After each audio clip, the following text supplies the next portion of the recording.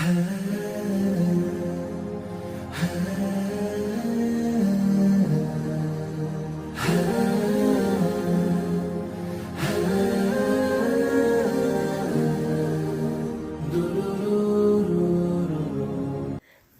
वालेकुम, welcome back to my channel. कैसे हैं आप सब? होपफुली सब ठीक होंगे। मैं भी अल्हम्दुलिल्लाह बिल्कुल ठीक हूँ। और रमज़ान की आमद है, तो सब रमज़ान को जो है खुश आमदीद कहते हैं। अच्छा, ये वो बाबरकत महीना है। इस महीने में दिल इतना पुरसकून होता है, इतनी खुशी से हम इस महीने का इस्तकबाल करते हैं। और नमाज़ें, तरावियाँ, वज़ाइफ, कुरान पाक, सब कुछ इतना रूटीन में होता है ना इस महीने में, कि मुझे लगता है कि शायद पूरे साल में जो है वो हम लोग जहाँ पे गफलत कोताही करते हैं, इस महीने में हम जो है सब लोग बहुत पाबंद हो जाते हैं। और इस महीने में 5 वक्त की नमाज़ें पढ़ने के बाद फिर रूटीन इतनी अच्छी बन जाती है कि नमाज़ मिस करने को दिल नहीं करता है।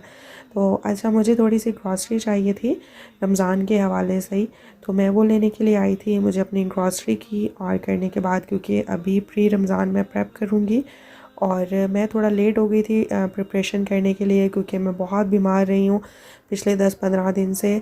तो इस वजह से मैं काफ़ी एंड वाले जो दिनों में था मेरी रमज़ान की तैयारियाँ हुई, लेकिन अल्हम्दुलिल्लाह मैंने अपनी तैयारियाँ कंप्लीट कर ली थी।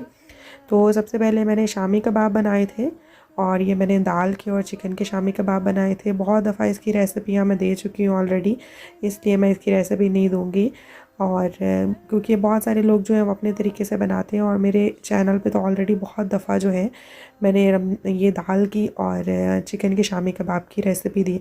अच्छा, शामी कबाब एक ऐसी चीज़ है कि जो कभी भी फ्रीज़र में से ख़त्म नहीं होते हैं, और मेरे तो ये ऑल टाइम फेवरेट हैं। और इस दफ़ा इंशाल्लाह रमज़ान में कोशिश यही करूँगी कि फ़्राई चीज़ें जो हैं वो कम खाऊं और हेल्दी चीज़ें ही यूज़ करें, क्योंकि सहरी में फिर इंसान ब्लोटेड भी नहीं होता है। और दूसरी चीज़ ये होती है कि तरावी में सुस्ती नहीं होती है, क्योंकि अगर हम हैवी खा लेते हैं, फ़्राई चीज़ें ज़्यादा खाते हैं, तो फिर तरावी में बहुत सुस्ती होती है, क्योंकि नींद आनी शुरू हो जाती है।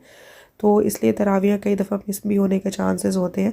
तो कोशिश ये करें कि आप वीक में सिर्फ़ एक दफ़ा ही अपने घर में फ़्राई चीज़ें बनाएं, और जो रोल्स वगैरह हैं उनको डीप फ्राई नहीं करें। समोसे, रोल, उनको शैलो फ्राई कर लें हल्के से ऑयल में। आई नो टेस्ट थोड़ा डिफरेंट होता है, लेकिन हर चीज़ जो होती है वो मज़ा लेने के लिए तो नहीं खाई जाती। और रोज़ा रख के तो प्लीज़ सारा दिन बिल्कुल ना सोएं, क्योंकि रोज़ा सोने का नाम नहीं है।